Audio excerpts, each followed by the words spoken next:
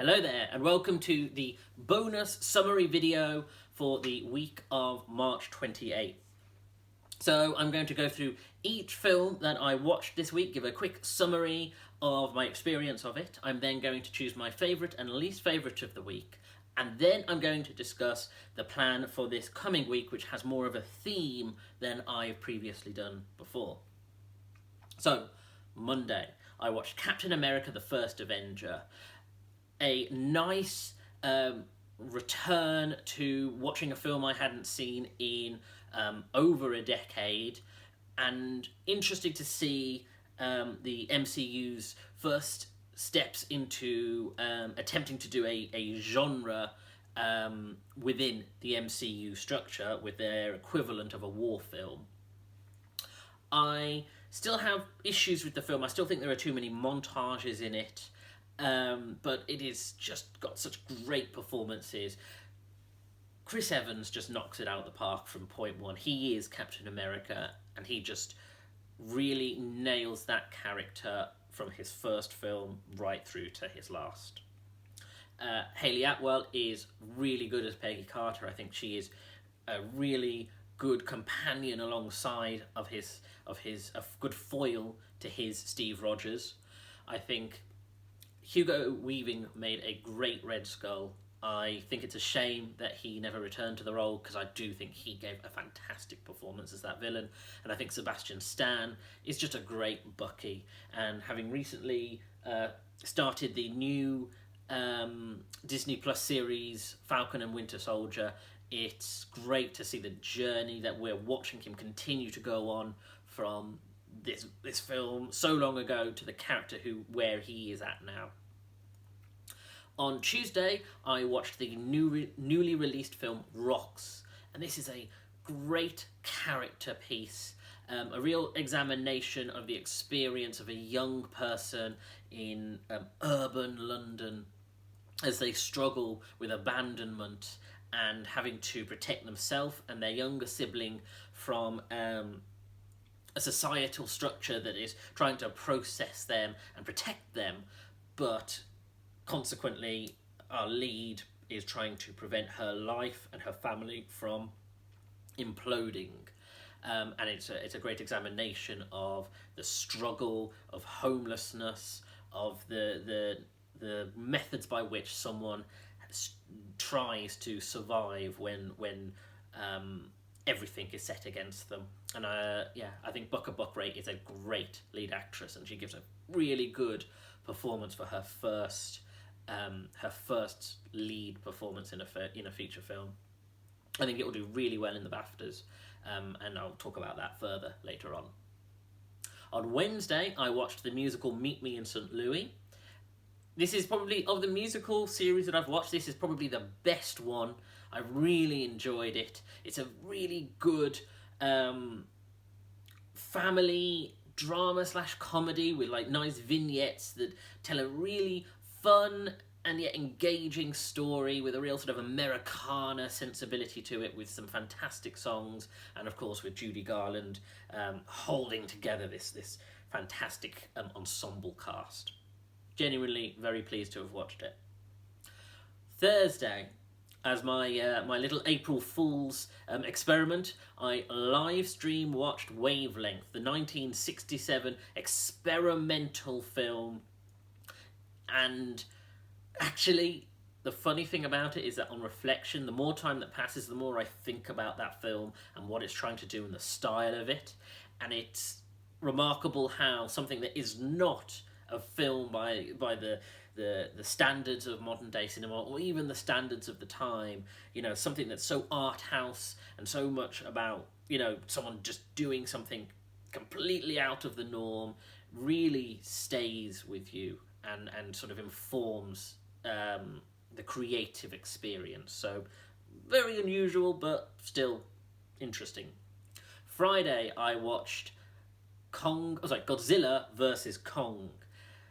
This is a very silly film. It is wonderful, and for people who've been following this from the 2014 Gareth Edwards film, this is the knockout, champions fight film that they've been wanting for years. And it's great to see this mini franchise, the Monsterverse, reach its Avenger style culmination. A fun but very dumb film. It's just a great watch. On Saturday, I watched The Englishman Who Went Up a Hill but Down a Mountain. This is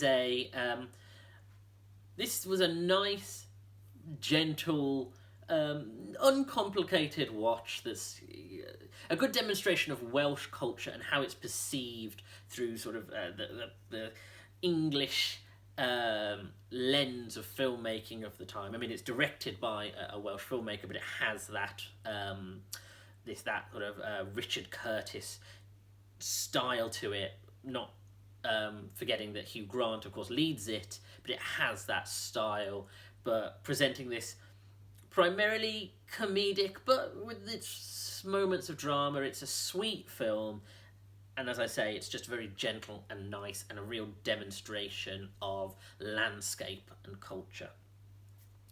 And on Friday, I watched The Mauritanian. Now, this is a very powerful film. This is a representation, a adaptation of a true story about the Mauritanian, who was a man named Muhammad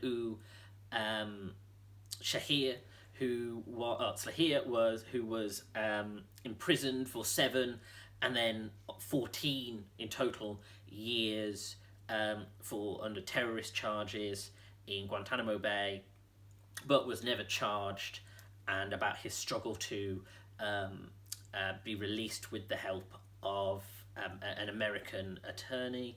And it is a very powerful and important story, really well told.